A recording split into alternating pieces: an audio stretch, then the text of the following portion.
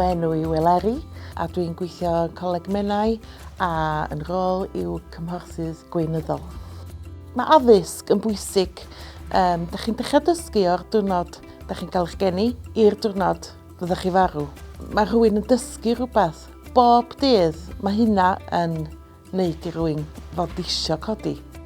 Mae'r rôl yma yn rôl gwobrwyol iawn, yn enwedig i rhywun sydd yn hoffi gweithio gyda pobl o bob llwybr mewn bywyd, bobl o wledydd eraill, ac yn arbennig ar hyn o bryd ffoaduriaid sydd angen cymorth.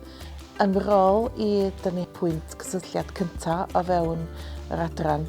Byddwn ni hefyd yn gwneud y gwaith ysgrifennu, y gwaith trefnu ac yn hybu yr adran. Y rhan mwyaf gwobrwyol am y rôl ydy bod fi yn gallu helpu pobl mewn rhoi rhyw hwb iddyn nhw ac i fi yna. Os ydy rhywun yn hoffi hynna, yna fyswn i'n awgrymu yn gryf bysan nhw reit hapus yn y rôl yma.